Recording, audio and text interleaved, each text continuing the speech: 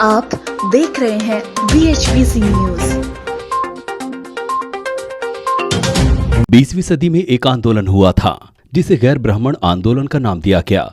इसे उन गैर ब्राह्मण जातियों ने शुरू किया था जिन्हें शिक्षा, धन और प्रभाव सब हासिल था। इन जातियों का यह कहना था कि ब्राह्मण तो उत्तर दिशा से आए आर्य आक्रमणकारियों के वंशज हैं।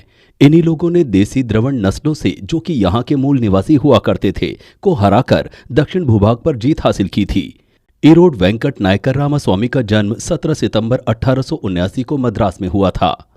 पेरियार एक मध्यम वर्गीय परिवार में पले बड़े थे। शुरुआत से ही वो सन्यासी रहे और संस्कृत शास्त्रों का गंभीरता से अध्ययन किया। कुछ साल बाद वो कांग्रेस के सदस्य बन गए। एक बार पेरियार राष्ट्रवादियों द्वारा आयोजित एक भोज में गए, लेकिन उन्होंने देखा कि वहां बैठने की व्यवस्था जातियों के अनुसार की गई है। उन्हें ये बात बिल्कुल पसंद नहीं आई और उन्होंने पार्टी छोड़ दी। उन्होंने सोचा कि अछूतों को अपने स्वाभिमान के लिए खुद ही लड़ना पड़ेगा। बाद में उन्होंने स्वाभिमान आंदोलन भी शुरू किया। वो तमिल और द्रविड़ संस्कृति के असली वाहक अछूतों को ही मानते थे। पेरियार हिंदू वेद पुराणों के कट्टर आलोचक माने जाते थे। वे सबसे ज्यादा आलोचक रामायण, भगवत गीता और मनुस्मृति के थे। पेरियार ने कभी रामायण को नहीं माना, लेकिन उन्होंने रामायण का हर एक अनुवाद पढ़ा था। उन्होंने 1944 में तमिल भाषा में एक पुस्तक लिखी, रामायण पादिरंगल। 1968 में इसका हिंदी अनुवाद सच्ची रामायण नाम से प्रकाशित किया गया। ये किताब काफी ज्यादा विवादों से घिरी हुई थी। उत्तर प्रदेश में इसे बैन भी कर दिया गया था। पेरियार की किताब सच्ची रामायण की प्रस्तावना। रामायण किसी ऐतिहासिक तथ्य पर आधारित नहीं है, ये एक कल्पना है। रामायण के अनुसार राम ना तो तमिल था और ना ही तमिलनाडु का रहने वाला था। वो उत्तर भारतीय था। रावण लंका यानी दक्षिण यानी तमिलनाडु के राजा थे, जिनकी हत्या राम ने की। राम में तमिल सभ्यता का लेश मात्र भी नहीं है। उसकी पत्नी सीता भी उत्तर भारतीय चरित्र की है, तमिल विशेषताओं से रहित है।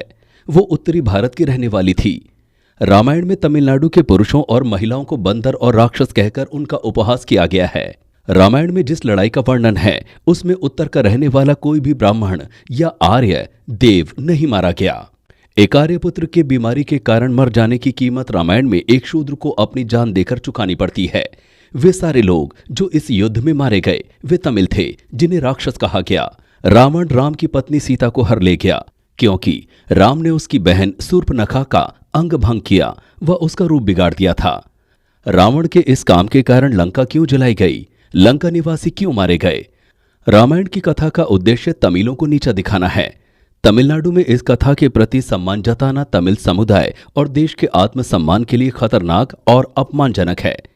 राम या सीता के चरित्र में ऐसा कुछ भी नहीं है जिसे दैवीय कहा जाए। जिस तरह तथाकथित आजादी मिलने के बाद गोरे लोगों की मूर्तियों को हटा दिया गया और उनके नामों पर रखे गए स्थानों के नामों को मिटा दिया गया तथा उनकी जगह भारतीय नाम रख दिए गए, उसी तरह आर्य देवताओं और उनकी महत्ता बताने वाली हर बात को मिटा देना चाहिए जो तमिलों के प्रति आदर और सम्मान की भावनाओं को आघात पहुंचाते हैं। हर तमिल जिसकी नसों में शुद्ध द्रविड़ खून बहता है, उसको इसे अपना कर्तव्य समझकर ऐसा करने की शपथ लेनी है। उसका मानना था कि ब्राह्मणों ने निचली जातियों पर अपनी सत्ता और महिलाओं पर पुरुषों का अधिकार स्थापित करने के लिए इन किताबों का सहारा लिया है। पेरियार ने आगे चलकर जस्टिस पार्टी की स्थापना की।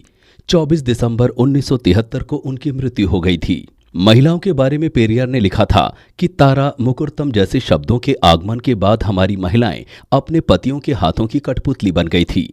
हमें ऐसे पिताओं के संरक्षण में जीना पड़ा जो अपनी बेटियों को सलाह देते हैं कि उन्हें पतियों को उपहार में दिया जा चुका है और अब वे अपने पति के घर का हिस्सा हैं। ये संस्कृत के साथ हमारी घनिष्ठता का परिणाम है। आप देख रहे हैं BHPC न्यूज।